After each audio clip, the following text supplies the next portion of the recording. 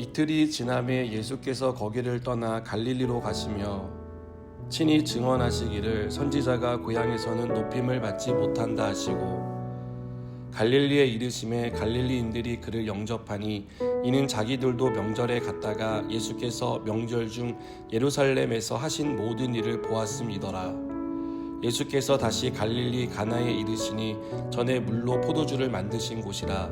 왕의 신하가 있어 그의 아들이 가버나움에서 병들었더니 그가 예수께서 유대로부터 갈릴리로 오셨다는 것을 듣고 가서 청하되 내려오셔서 내 아들의 병을 고쳐주소서 하니 그가 거의 죽게 되었음이라.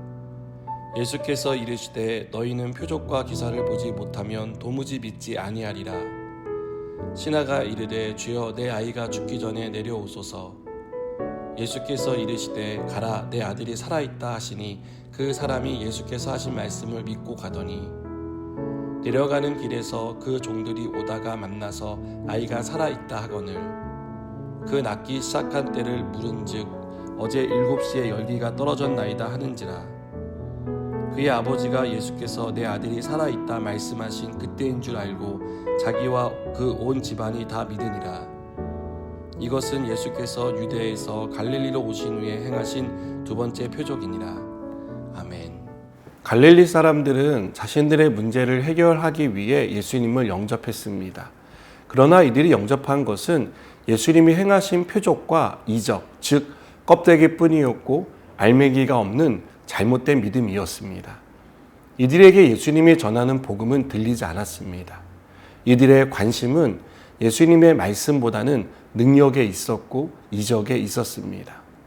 당장 내 병이 낫고 내가 경제적으로 부유해지고 눈에 보이는 기적을 경험하는 것에만 관심을 가졌습니다. 여러분, 우리가 예수님을 믿으면서 세상적인 성공, 물질과 건강의 축복 등 현세적인 복에만 집착한다면 우리 역시 표적과 이적에만 관심이 있을 뿐 예수님이 전하는 복음과 천국에 대한 소망은 잊고 말 것입니다. 저는 우리가 천국을 소망한다고 하지만 사실은 이 땅에 사는 삶에 훨씬 더 관심이 많고 더 얻고 싶어하고 더 누리고 싶어하기 때문에 이러한 것들을 별로 중요하게 여기지 않는다고 생각됩니다. 제 인생에서 구원받는 것보다 더 큰 은혜나 축복은 없다고 생각됩니다. 여러분도 그렇게 생각하지 않습니까? 성경은 분명히 우리를 허물과 죄로 죽었던 상태에 있었다고 말하고 예수님을 믿음으로 영적인 죽음 가운데서 다시 태어났다고 말합니다. 그렇다면 다시 태어난 사람에게, 새로운 생명을 얻은 사람에게 이것보다 더 중요한 것은 무엇이 있겠습니까? 아마 다시 산 것보다 더 중요한 것은 없을 것입니다. 그런데요, 우리는 다시 태어났고 그것보다 중요한 게 없음에도 불구하고 이 땅을 살면서 필요한 것이 너무 많다고 아우성칩니다. 돈도 더 있어야 하고 건강도 있어야 하고 이왕이면 성공도 하고 싶습니다. 자녀도 잘 되었으면 좋겠고 이런 것이 우리의 마음에 가득하다 보니까 복음의 능력도 천국에 대한 소망도 작게 보이는 것입니다. 우리가 현세적인 복의 마음을 빼앗기면, 그래서 예수님이 베푸시는 표적과 이적만 기대한다면 우리 역시 하나님이 얼마나 크신 분인지, 우리의 인생에 얼마나 많은 축복을 주실 수 있는 분인지를 보지 못하게 될 것입니다.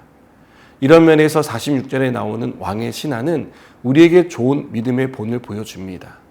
그는 갈릴리 분봉왕이었던 헤롯 안티파스 밑에서 일하는 고위 관리였습니다. 고위 관리는 아쉬울 것이 없는 사람이었습니다. 하지만 그는 가버나움에서 갈릴리 가나까지 약 34km나 되는 먼 거리를 여행해 예수님을 찾아옵니다. 그의 목적은 무엇입니까? 병으로 죽어가는 아들을 살리기 위한 것이었습니다.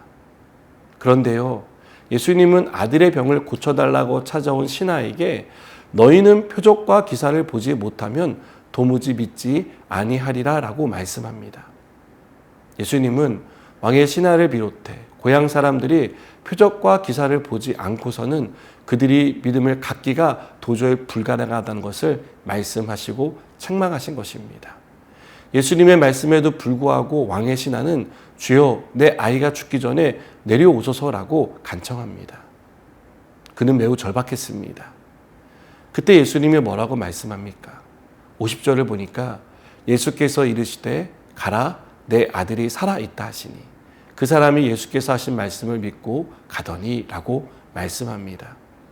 왕의 신하는 아이가 죽기 전에 예수님과 함께 아이에게 가자고 부탁했지만 예수님은 그와 함께 가시지 않고 단지 내 아들이 살아있다고만 말씀하셨습니다.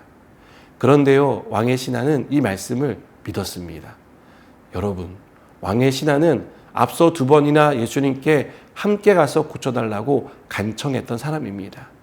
그런데 예수님이 너희는 표적과 기사를 보지 못하면 도무지 믿기가 불가능하구나 라고 하시자 그의 마음에 변화가 일어났던 겁니다. 그래서 예수님이 말씀하시자 그냥 믿기로 했습니다. 예수님이 말씀하시고 그 말씀이 믿어진 것입니다. 눈앞에서 아무 일도 일어나지 않았지만 그는 표적과 기사를 행하셨던 예수님이 말씀하셨기에 단지 믿은 것입니다.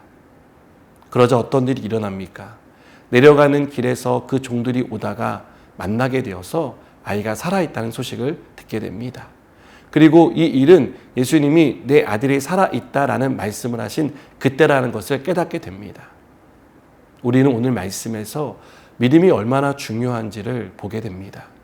믿음은 현세적인 복을 구하는 도구가 아닙니다. 믿음은 하나님의 약속을 붙드는 것입니다. 하나님이 우리를 고아처럼 버려두지 않으신다고 말씀합니다.